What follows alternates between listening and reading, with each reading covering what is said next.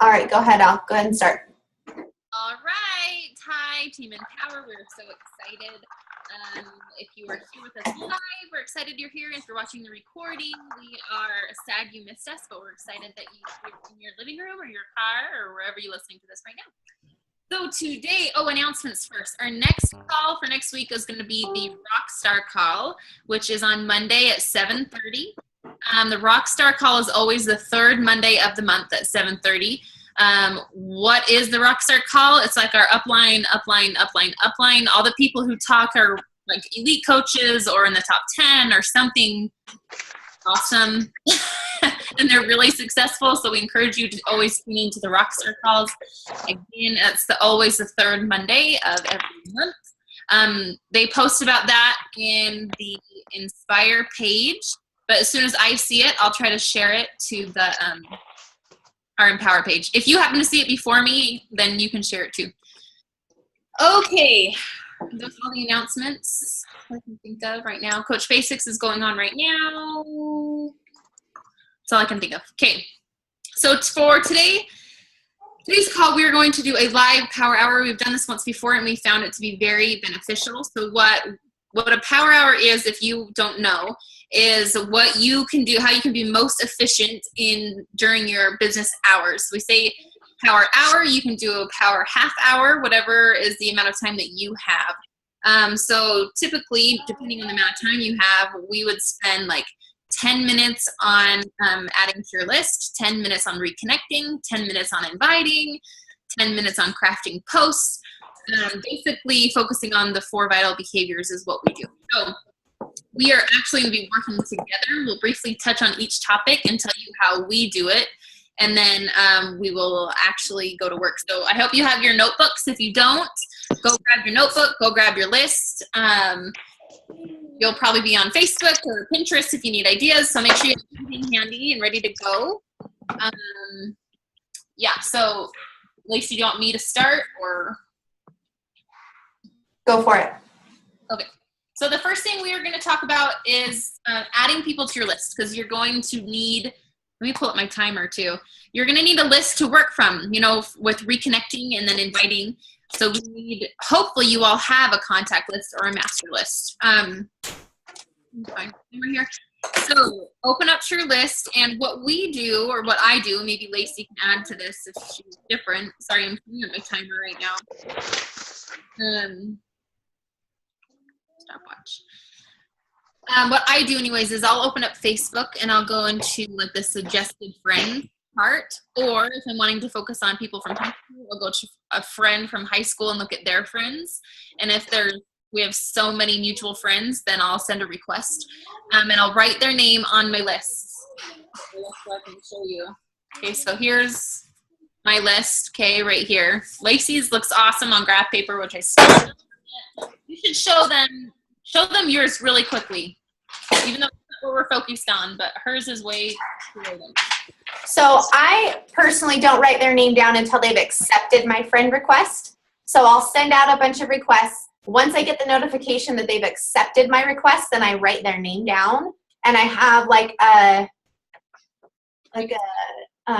would that be called? A key right here to keep track of what number they're on, kind of where we're at in the conversation. Then I add their name to the list, and then I write down kind of where we're at. Like, this is an M, I sent them a message. These people I haven't followed up with yet, which is pathetic. But then I'm able just to kind of keep track of if I've commented on their page, if I've used them to find mutual friends, if we are in the process of getting to know each other, if I've shared what a challenge group is about to them, if I've invited them, if I've followed up with them, and then if they came from a clean eating group. So you know where they came from. So that's how I keep my list. So right now, what I'm going to do is I'm on Facebook, and I just clicked on home, and then I'm going to go click on friends. And if you guys have different ways to do this that you found successful, then go ahead and tell me what you think. But then you click on see all friends, and that will bring up all of your friends, okay? And there's a tab there. I don't know if you're following along with me, but if you're not, There's a tab there that says recently added. So that way you can see, okay, who just recently accepted your friend requests. And so that's what Lacey was saying. She'll add them to her list once they have accepted your request. So you can go into that recently added tab and write them on your list. So then I'll click on all friends and then go to someone from high school or college or just someone and go look for mutual friends and start writing or sending friend requests. Now, you cannot send too many at once. Don't go crazy because you will be blocked from Facebook. So I'll send, I don't know, up to 10 a day. Do you do more than that, Lace? I don't know, sometimes maybe 15 if like I'm on a roll. I like to kind of knock them all out in like in chunks, but you just don't want to be blocked is the point. So we focus on 2 to 3 per day, but if you want to do, again, for the week's worth amount at one time, that's totally fine. As long as you are filling in that back beat consistently. So we're just this shouldn't take long. Does anyone have questions? Do you choose them based on anything or do you just choose anyone? If I have I'm to the point now that if I have mutual friends with them, I'll pretty much send them a friend request. And then if then it's their choice. Like if they choose to accept or not, then I will still reach out and send them a message. And we'll talk about that in the reconnecting process in a minute. So do you check their profile first before you send them a friend request? Like let's say to make sure they're not a coach or something like that. Yeah, sometimes I'll jump in there and just briefly look through. I don't spend a whole lot of time like checking them out, but sometimes I'll jump in there and just see if they have kids, if there's something that I can bring up easily that's relatable for a discussion. But usually I'll just I sometimes am a little bit picky about who I send requests to, just a little bit. Like I'll look at their profile picture, and if it looks like somebody that I would talk to like at the park or somebody that I would like to join my group, like kind of my Shalene Johnson calls it your avatar, kind of like my niche, my target person, then I'll send them a friend request. If they have something kind of in their description that they're like LuLaRoe or they're like all of that kind of stuff that I don't want in my feed anymore, then I won't add them. That's what I mean. Yeah. Yeah, but that's just me because I'm kind of picky like that. So, but for the most part, I do add a lot of people. I don't ever personally friend request guys. Just because that's usually not our target market, but if it is yours, then go for it. I still will sometimes, like from high school, if I knew them and if they're married and have kids, like I'll still do that thinking it's an avenue towards their wife. Just because, I don't know, I've tried to have guys in our group, it just didn't work. But you can still run groups with guys. And if you find out how to do it successfully, then let us know. Okay. I think I screwed up. So let's go ahead and just this shouldn't take a long time. So just like 10 people start. We'll do it for like 5 minutes. It really shouldn't take that long. I have the timer going. I think I screwed up your thing here. You're fine. Do you want us to do it now? Yeah, right now. Okay, I'll be right back.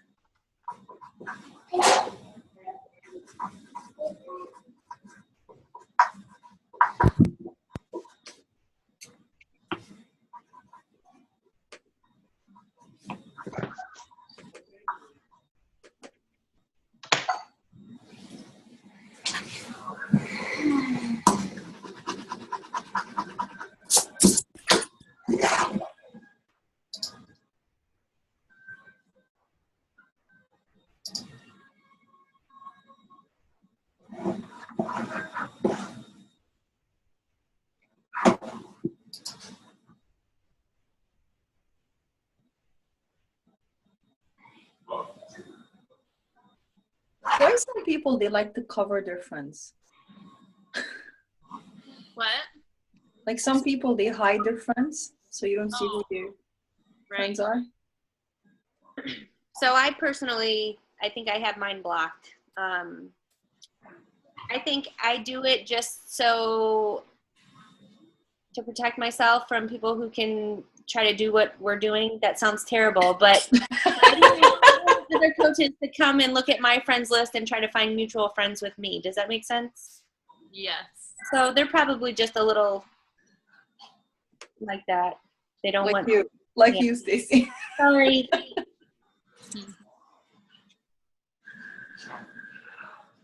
Does anyone know how to go get to that like suggested friends list? Yeah. On your main page, on the right-hand side, it will say people you may know. Yeah, I'm there and I don't see it like on But above, right above that, hold on, let me see what it says. Let me go back. Hold on. Where did it go? If you also go to your, you know how the little notification that comes up when someone friends you?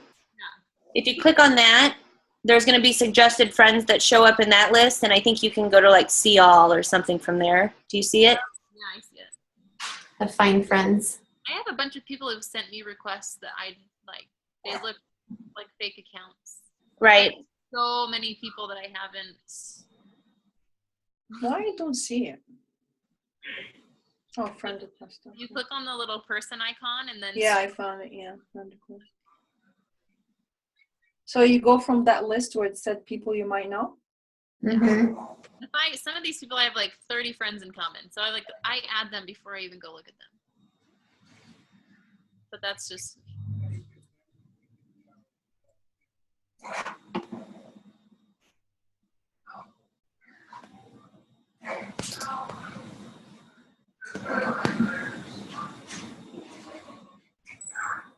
Okay, one more minute.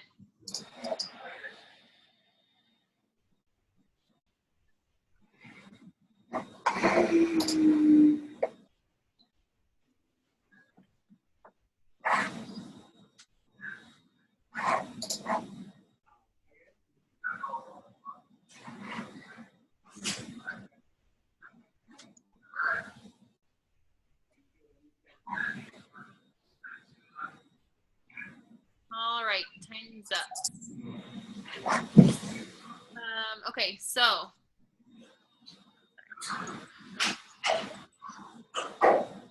Okay, so the next part, so then that, you guys, you can just check it off your list. That's part of your bat. Check it off, you're done. You don't have to think about adding to your list for the rest of the day.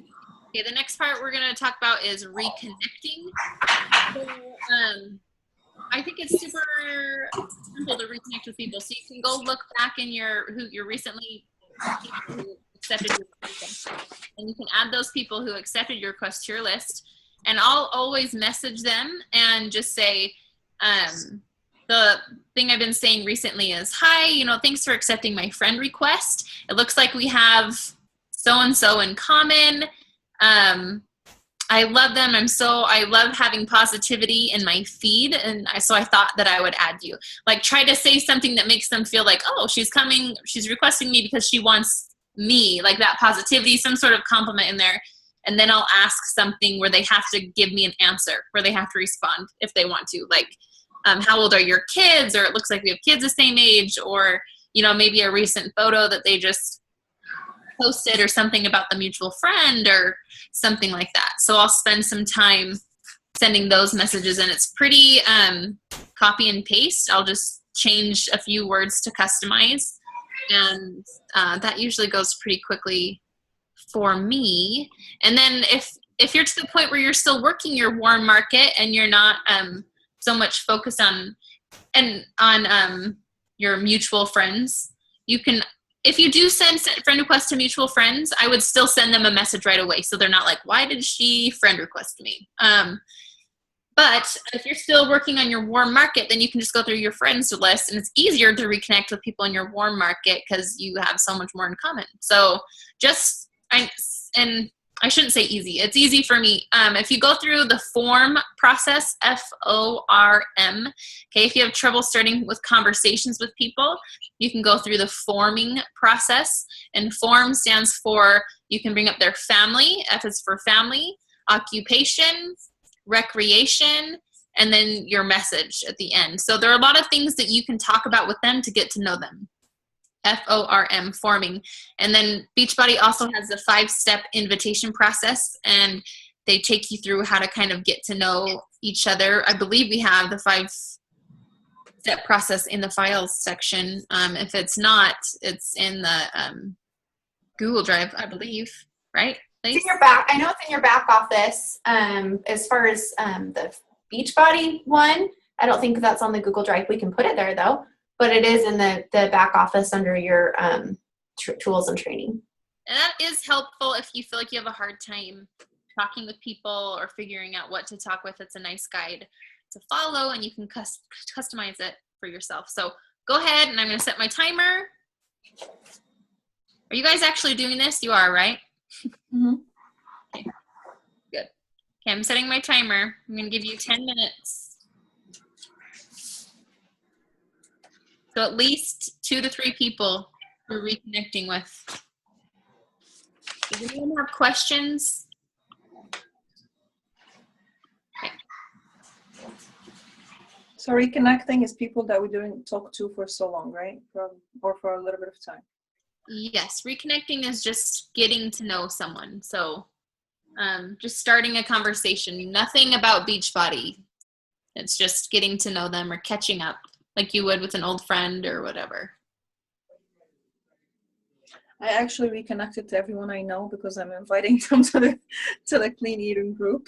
So I maximized my reconnecting today. That's awesome. You have already done that. I sent in pretty much 50 messages today. That's awesome, Ruby.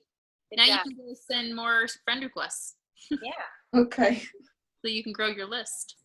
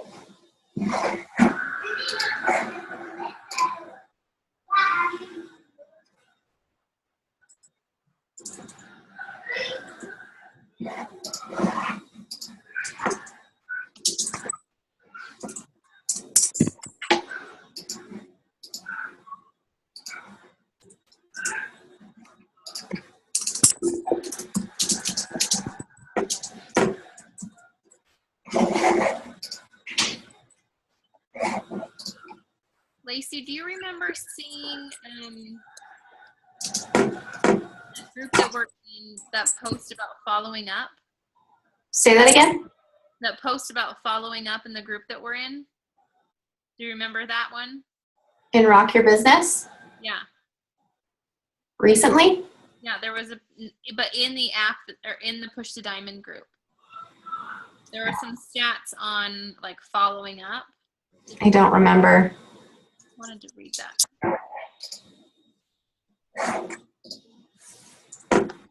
Okay, 2 more minutes.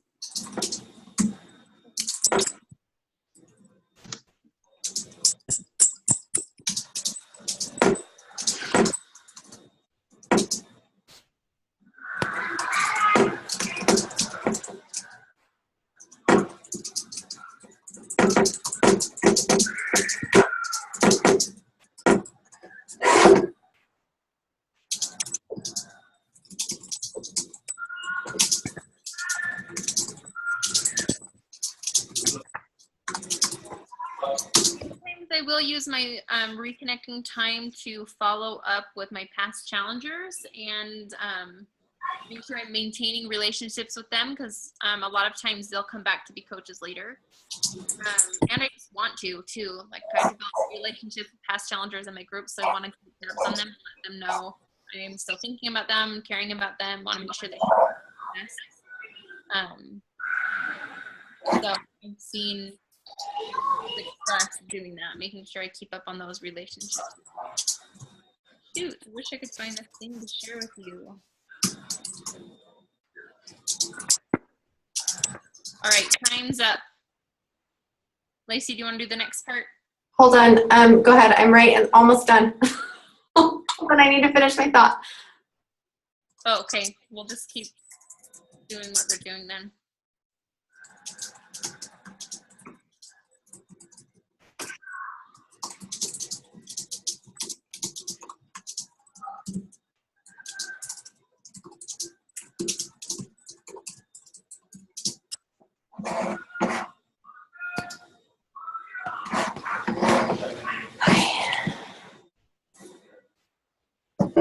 All right.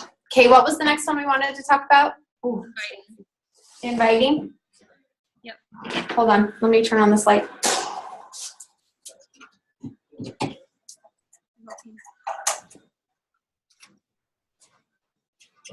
Okay. So The next one that we're going to spend the next 10 more minutes on is inviting. Usually your reconnects will naturally lead into an invite. That's what we hope. And that is also if you are being intentional with your reconnects. We've talked a little bit about that. Well, actually quite a bit about that in past calls. That as you are answering questions, feel free to sprinkle in your experiences, what you're doing, your challenge groups, your coaching, just what's happening, because it is part of your life, so that when you get closer to running either like a free group or a challenge group, the invite is kind of a natural next step, because you have been reconnecting with them and getting to know kind of what's going on in their life, what it is that they need. And so, hi, she's so cute. So that's what we like to do to make sure that the invite doesn't come across as just being salesy. Something that I like to do once I've reconnected, I've built my relationship with them, or maybe it's a warm market and we have more interaction happening on a consistent basis, just to reach out to them, to tell them, you know, I'm going to be starting a new group. You've seen that I've been posting about this stuff on Facebook, and I thought maybe it'd be something you'd be interested in. It's something that I did after Indy was born, and it just made a world of difference. So if you're interested, let me know. That's great. If not, no big deal. And then continue on into, so how was your Disneyland vacation? Or how are the kids adjusting to school? Or, you know, how are you liking being at home while all of your kids are gone? Something moving back into their life. And so it doesn't just end on Beachbody. It allows you to continue in the conversation. And so that's something that I like to do, so they know that it's not all about just trying to get a sell, but it's that you truly care, that you are genuinely wanting to help them. So do you have any other thoughts about inviting, Al? You're muted. I think people get freaked out when it comes to inviting because they feel salesy. And I understand that, because I was freaked out about that too. But if you guys are doing it the way that we are training you to do it, which is to really develop a relationship with someone, it should not feel salesy to you at all. Because truly, you guys, our purpose is to solve their problems with what we have to offer. Okay, so if you get to a point in a conversation where you don't feel like Beachbody could solve something for them, then it's not time to extend the invite. And so you shouldn't ever feel pushy or salesy. That being said, there is something to say about cold invites, which kind of, and I don't do very often, but in the beginning that I did, and I still have people in my group today, Allison Morris, she's in the grad group, that I sent a cold invite to, and she joined, and she's been with me ever since. Like, sometimes there are people I come across where I just cannot think of any way to, I can't think of anything to say, like, to them, you know? And so it's not that I'm like crazy pushy, but I will just send a cold invite to them. And because in my mind, if they don't accept, I don't care, because I don't really know them well. And I mean, I'm not going to be affected if they respond to me or not. And so there are people that I have sent cold invites to that I've seen success with. So I should pull up just an example, I guess, of that. Oh, I think that maybe we had that in the new coach training, but there are people that I've done that with, so I wouldn't necessarily shy away from that. If there's someone you're like, oh my gosh, I can't think of anything to say to them or how to reconnect with them, I think it's fine to send a cold invite to them. Is that bad advice? No, I think the first probably 6 months of my business, I sent cold invites. Like, Allie was all about reconnecting. I was all about sending invites, because I think it all comes down to where your heart is. If you're genuinely wanting to help somebody and you're not just like saying, here's my link, buy something, you know, then you can go the direction, whatever jives the best with your personality. I've learned more about how to reconnect and build relationships, and that has been beneficial. It is kind of a longer process, but you are built on trust. And Allie's totally laughing with Stacy. What are you guys doing? Dorks. Okay. I was just going to say a couple things. First off, I learned how to invite from you too, Lacey and Allie, and I thank you for that. But cold inviting, I usually have no problem doing that with clean eating groups, because I think that that's like a good way to get your foot in and helping them, and it's risk-free for them, and it'll be fun. You just kind of put a spin on it. If you don't know, if I don't know somebody on my Facebook page, and I personally don't think that we have very much in common, I will cold invite them to a clean eating group, and then get to know them that way. There's been several people I've gotten to know that way, and then they've went on to join me in challenge groups too. But with reconnecting, I try to reconnect with 3 to 5 people a day. And once I get to a point where like I feel like we're up to date with each other, that's when I'll slip in an invite, whether it be to continue on to a clean eating group or to a challenge group. Some of my people have done 3, 4, 5 clean eating groups, and they love it when the menu changes. And they've also done several challenge groups with me too. So if you, I guess my advice is with inviting, you can do it cold or warm, but I generally do cold invites for people that I just don't really know and don't know if I could ever get to know them on a personal level to begin with. I think that's good advice. I do too. I have had people come back to me like later. And so I think, what is it? I can't remember. It takes like 6 to 8 exposures to something for someone to commit. And I gave the example earlier in the group. I don't know how long it was ago, but there was this ad that kept popping up in my feed for this curling iron, this Time curling iron. It was super expensive. At first I'm like, yeah, I'm going to get it. And then I clicked on it. I'm like, there's no way I'm getting that. It's ridiculous. Who would ever spend that money? And I kept seeing it over and over, and I kept clicking on it to look at it. And every time I'd click out, I probably checked it out 6 to 8 times, or maybe even 10. And eventually I bought it, okay? Because I kept seeing it. I kept reading reviews on it. And then eventually I bought it. So I am like the example. I'm like the ideal customer, okay? Your goal shouldn't be like to sell a challenge back. Your goal should be constant exposures of what you're doing. So think of reconnecting as an exposure, an invite as an exposure, your posts on social media as an exposure, okay? So don't get discouraged if you get a no or if you get no response, because you are offering an exposure to what you're doing, okay? And that will help with the no's or the silence, because that happens, as you guys know, more than the yeses. So think in terms of exposures rather than invites or whatever. So I'm in the same boat. There's been plenty of times where people have said no, and then it's like they watch me for a while, and they need proof of consistency, and then when they're ready, they'll contact me. So I like the idea of exposure, because that is really what it is. They will see your feeds more often once you connect with them, and then they'll see how consistent you are in what you're doing, and then they'll want to be a part of it. So, which is why you have to be consistent, you guys. You've got to be consistent. I know it's hard when you're getting a lot of no's or silence to be consistent because you feel like you're not doing anything. But people are watching you, and you have to build trust with them. They have to see that you're going to show up again and again and again. You have to prove that to them. If they're going to offer their time and their money to you, you need to prove that you're going to be there and that you have the ability to help them because you've been doing it. So it's so important to be consistent. So do we want to spend time right now inviting? Usually it's, we invite with conversations that you should already have going on, because if you're reconnecting with 3 to 5 people per day, you should kind of always have invites going because from past conversations that you've started. If you don't already have conversations going on, I don't know if I want to take time during the call to do. What do you think, Glace? I agree. I think it all kind of meshes together. So I think you have a good start with adding people to your list, reconnecting, reaching out, and the invites just need to come when it's the right time for you. So I think we should move on to our last little section.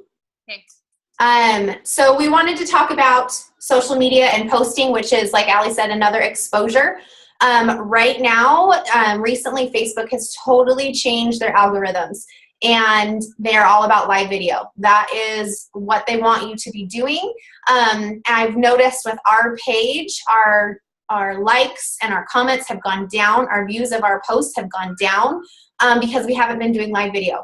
And it's not just us. That's the research I've been doing. That's from what a lot of coaches, a lot of social media people have been saying, is that if you want your posts to get into feeds, you need to be doing live video. Not just live video, but it needs to be in there consistently. So I wanted to give you a few tips and pointers about live video, and then we'll take a few minutes for you guys to brainstorm some things that you can go live with, because sometimes that's the hardest part, is to know what to even do.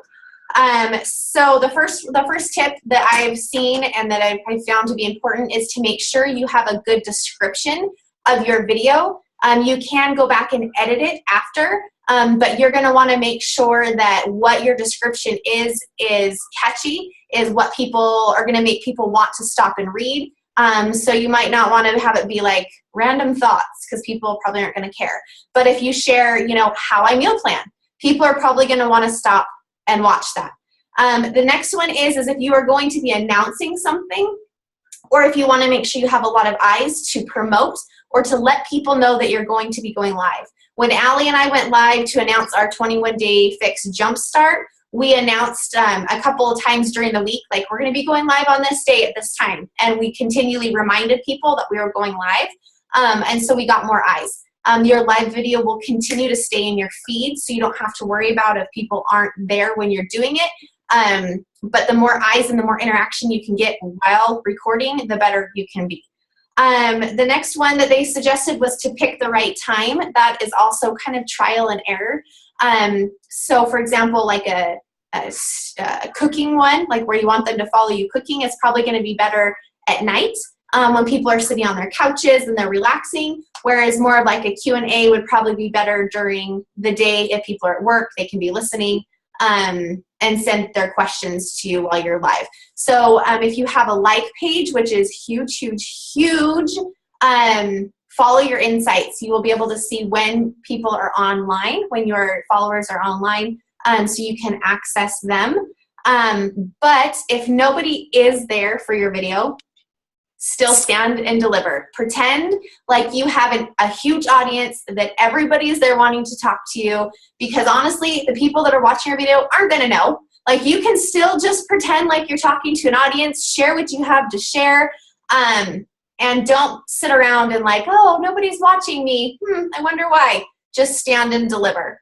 Let's see, what else? Oh, they said to be real. Same thing with you posting your written posts. Same thing as with video. Be you, be real. And I know that when Allie and I were doing our announcement for the 21-day fix jumpstart, we were just joking around, and Allie told a joke, and she's like, people are gonna think I'm so dumb. And I'm like, nope, they're gonna love it. Like, just be who you are so they can see who you are. They said to get personal. So when people log on, start watching, say hi to them, engage with them, and it's also important to ask them questions. So if somebody comes on, you can say, oh, hi, Allie, I'm so glad you're here. Are you looking for a certain tip? Or, hi, Allie, I'm so glad you're here. Where are you joining us from? To get them to interact with you, and also to help them feel like they're more a part of the process. Make sure that the lighting, Allie, go. Am I muted? No. Nope. I did read a tip on that particular part, though, that they say you do need to engage with them so they know you're live, but don't let that really derail you from your topic, okay? Because when people are watching this after recording, they don't want to sit there listening to you engage with every single person that pops on. Like, you want to engage enough so that your people who are watching you live know that you're interacting with them, but you don't want to spend tons of time like derailing from your topic. So it's kind of that trial and error, but I know when I'm watching, I will click out if they start talking. Like, I want their content. If I'm watching it recorded, I want their content. So make sure you engage, but not, hey, indie girl. Anyways, keep going. Yeah, well, in connection with that, you want to make sure that your content is good, because people will only share it if they feel like it will make them look good. So they're not going to share something that they're like, well, that was dumb, or that was a waste of my time. But if they watch something and they're like, that was a good point, or that was funny, people that follow me will think that that's funny too. So make sure that you are sharing your content that is beneficial for people. So what Chalene Johnson says is, she says, be brief, be bright, and be done. So you don't want to go on and on and on about nothing. Make sure you have good lighting. So for example, like right now, terrible lighting. I wouldn't do a live video now. You're gonna want to make sure the light is in front of you and coming in, not behind you, because it will totally wash you out. And you also want to make sure that your background noise and your background people aren't distracting, so that they can hear what you have to say. Okay. So the last tip is to go in with a plan. The worst thing with a live video is to go in and just kind of like ho-hum. So you can either, know what you're going to say. You can have bullet points, whatever it is, but you need to go in with a plan so you know what you're going to say. So for example, if you were to go live, you would, before you hit record or live or whatever the button says, what do you want to say? Rain, say something quickly and then go in with that. Rain. Bye. Bye. Bye. Bye. Okay, love you. Go get Dad. So before you go live, you're gonna smile. So they're not like going live with you like, oh, like trying to like, am I live? Am I like, are you there? Kind of thing. So smile, hit the button, and you'll say something like, hi, today I'm gonna be talking about meal planning. Hold on, I need to go over this. Don't do this. Okay. That's not what to do. Okay. Hi, today I'm going to be talking to you about meal planning. I'm specifically going to be using the 21-day fixed meal plan in the containers, but this is something that can help anybody. I am Lacey. I am the co-founder of Strong Fit Mamas. I'm a mom of 4 and a wife to a husband that is loud and crazy and keeps me on my toes. So today we're going to talk about meal planning so we can help you and your family get meals on the table easy, healthy, and effective. So my first tip today is go into your tips, boom, boom, boom, done. Okay, at the end you can have a call to action if you want. If you want to learn more about meal planning, I'll be running a group, comment below, and we'll talk about it, or I'll send you a message. So you can have a call to action if you want, and then you're done. So you don't want to, lots of floweries or have no idea what you're talking about. Have a plan, go in, introduce yourself so people know who you are. I used to kind of shy away from that because I'm like, I'm not anybody. Like, what can I say? But if you can even say, I'm a mom of 4, the end. Like, people are like, oh, hey, I'm a mom, or whatever it may be, or I'm a personal trainer, or I'm a whatever. People give you a little bit of credibility, and they can connect with you. So go in with a plan, know what you're going to say, be brief, be bright, and be done, and make sure you introduce yourself. So do you have any questions about live video? That was kind of a lot of information thrown at you all at once. It's kind of scary. Ruby, you've done a lot of live videos. That's awesome. This is something an area I'm trying to work on for sure. It kind of freaks me out. So I'm That's the first one. What? I said just the first one was scary. Oh. I'll keep that in mind. So we're wanting to go live and empower more often just so we can connect with you, but also as practice. So if you guys feel like you need more practice, just go live and empower and say, I'm trying this live thing, to get the hang of it, because you want to bring people to you, so you want to be good at it. And your live videos don't always have to be about fitness or meal planning, okay? They're the same idea as your posts. Anything that can bring value to your following, okay? So it can be about what I learned through my trials or whatever, okay? Whatever you think would bring value is what you can go live about. Kendra, you had a great one. What did we talk about on the phone? Sorry, I went live. I had listened to a podcast about consistency, and he talked about how a water pump, an old-fashioned water pump, you go out and you're pumping the handle like a million times, but no water's coming out. And so he talked about, you have to keep consistent, expecting that something's going to happen, but not focusing on the results. You're focusing on the consistent action of pumping the water. And so I just went live because I thought that was applicable to life in general, whether you're trying to get your kids to do chores or fitness or beach body. business. So I went live with that, and I mean, I think it went okay. So I don't have a huge following, but I think it got like 100 views or something like that. So That's awesome. Personal development is a great thing that you can go live about, because that's adding value if there's something that sticks out to you. I'm going to go through a list just quickly because I know we've already hit an hour. So I'm just going to go through a list of things that Shalene says when she's talking about adding value through your posts. These are all things you can either post about or that you can go live about. Lacey, do you want me just to go through that list real quick, or do you want to spend time? Nope, go for it. Okay. Okay, so the first thing she says is you can share. So these are posts of value. So the first thing she says specifically about Beachbody coaches is that we're posting too many workout sweaty selfies, our calories burned on our Fitbits, or pictures of us kissing our Shakeology bag. Okay, we're doing that way too much. We really shouldn't do that at all. So then she gives 10 things to post about. The first one, she says, share a tool or resource that's helped you, whether it's an app, a new finding, a new book. And I have,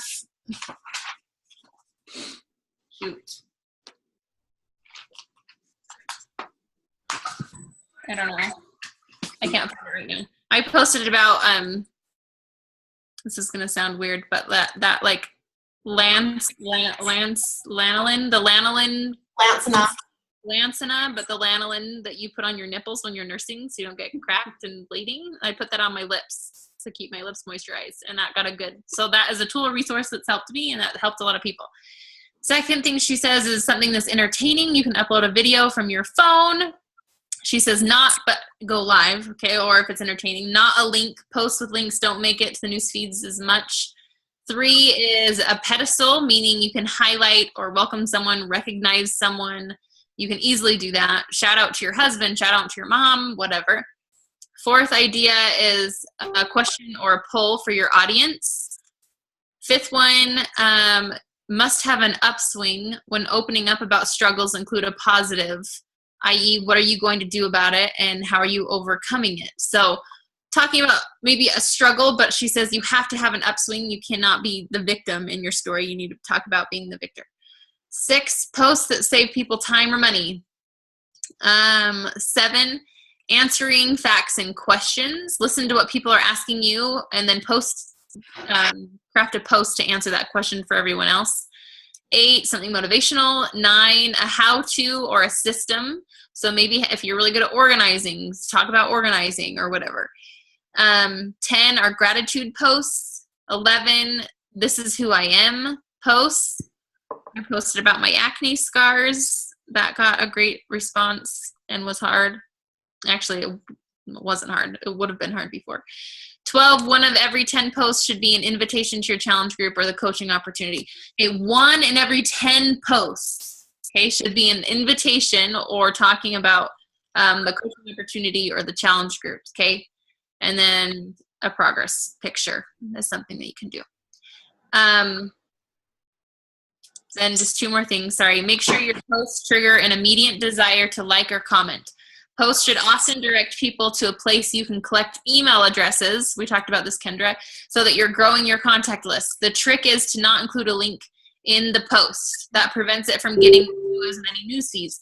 If you put it in the comments or on the picture, that should get good traction. So don't put links in posts. If you have a link associated with your post, put it in the comments below or on the picture.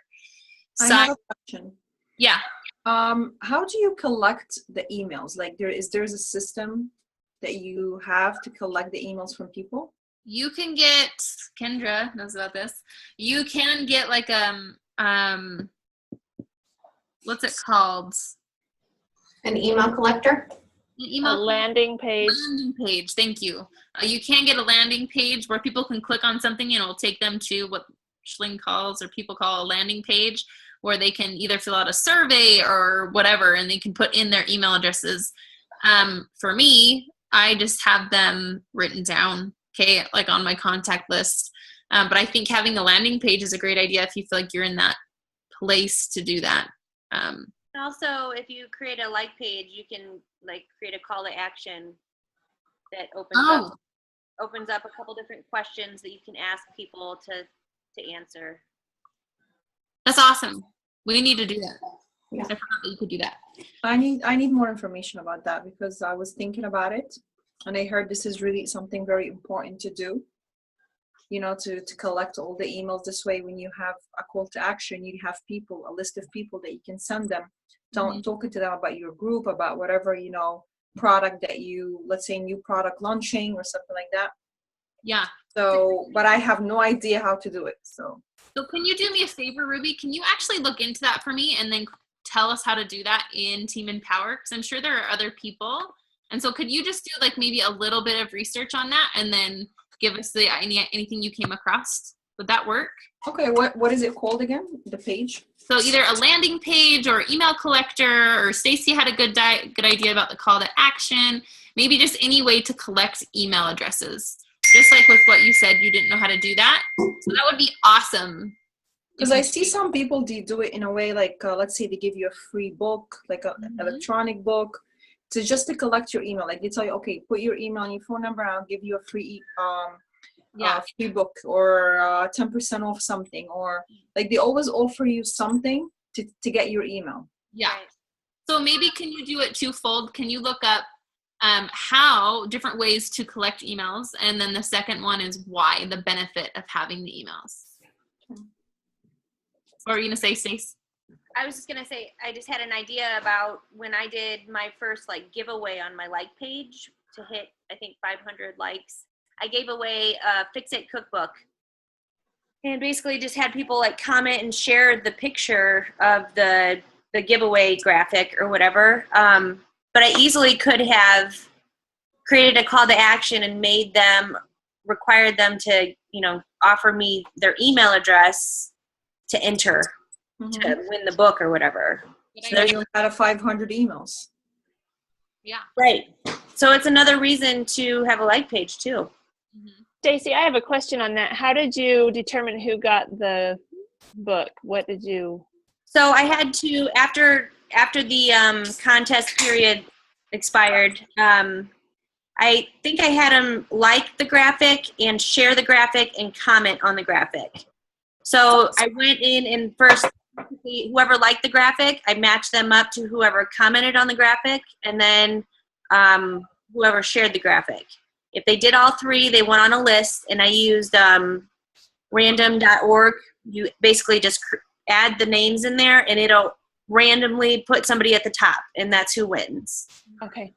You do have to be careful. I don't think you're allowed anymore to ask people to share something to their timeline.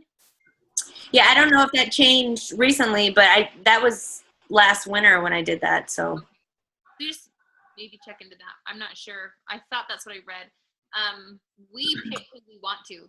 So when we gave away the Country Heat program, we went through everyone and we asked them specifically, why do you need this? Okay. And so we could like go through and pick someone that we felt like would really benefit from it. Yeah. So you just had them like it then? So we're not allowed to ask to share. You can say like and comment, but not share. Yeah, I believe like and comment, but from what I remember when I was looking at the rules, I think they said you can't ask them to share something to their own timeline. Okay. So I think you can have people tag someone else, though. You can say like tag a friend or something like that. That's a good idea. I think. Okay. I'll have to go and look again. They're always changing, so just make sure you look. It's pretty easy to look up the rules. Just And the worst that's going to happen, and I'm kind of the rebel here, but the worst that's going to happen is they're going to like give you a warning or, send you a warning. Right. Then you'll know. Who's they? Who's they? Facebook? Right. I'm not. Because they've shut me down twice, so I'm really not scared of them. So. Right. I'm not saying not to be informed, but it's kind of hard to keep up with all these changing rules. So it's right. Don't beat yourself up if you accidentally break a rule. Not like they arrest you. So. I'm just thinking from our standpoint, with the amount of money we put into ads by now, the last thing I want is for them to because they could shut down the page just like that. And that's one reason why it's important to be growing your list and having an email contact list, because that Shalene does talk about that your page could just be shut down. They could just, and then you lose all contacts. You know what I always think about? What happened if Facebook just closes? Yeah. What are we going to do? It's like everything that we do is on Facebook. I know. But you know what? We would just adapt, just like they always say on the National Wake Up Call. There's always changes, and Facebook will be phased out eventually, you know, so we're just going to have to learn how to adapt and change. And that's fine. We'll figure it out. Yep. For sure. I want to just mention something about the live video before we move on. You just have to be careful what you video and what you say, because a friend of mine, she was blocked out of her live video yesterday because she was in a fashion show and she was live videoing the fashion show. And certain things Facebook does not allow you the live video for some kind of like reasons that, like, you know, it's like it's not right to do, or you know, if you're saying like the wrong language, or so you just have to be careful with the live video. Yeah. What you're videoing. Yeah, you wouldn't want to go to like a Dave Matthews concert and live video it, right? Things that people pay good money to go and see. Exactly. you know, for free, right. Good point. That's a good point. Well, and one thing really quick about video, and I just realized this recently, is with your recorded posted video, if you put a post with it, they'll get rid of it. Like they'll post the video, but any wording that you put with it, it's gone. So the last couple of videos that, seriously, the last couple of videos that I posted, I've had like good content with it, because usually I just want the video, like I want the content and I don't really care about the video, but they've gotten rid of my content. So it's just my video that's there. So that's another benefit of live, is that what you post will stay. But if you do want your content there, you'll have to go back and edit your video and add in the content, and then hope they don't get rid of it again. So just heads up about that. You're crazy, girlfriend. And one last just something I want to say about posting for our new coaches. When you craft a post, each paragraph shouldn't be more than 2 to 3 sentences. If someone clicks on your post and they see a huge paragraph, they're not going to read it. So break up your content into like 2 or 3 sentences, so it doesn't seem quite as overwhelming. Anyways, we wanted to take time to craft posts based on those things, but we are like, this is a very long call. So take some time. Hopefully you got some ideas. Maybe go over this call and go through those points that I had mentioned, and then take a few minutes per topic. That's what I did in my notebook, and create a post based on those things. So we're so glad that you guys sacrificed your time to be here. We really, really appreciate it a lot. So we are grateful to all of you for being here, and for any of you that are watching this. Capri, can I have some of that sucker too? Anyways, we hope you all have a good night, and we'll see you later. Thank Yeah. you. You too. Bye-bye.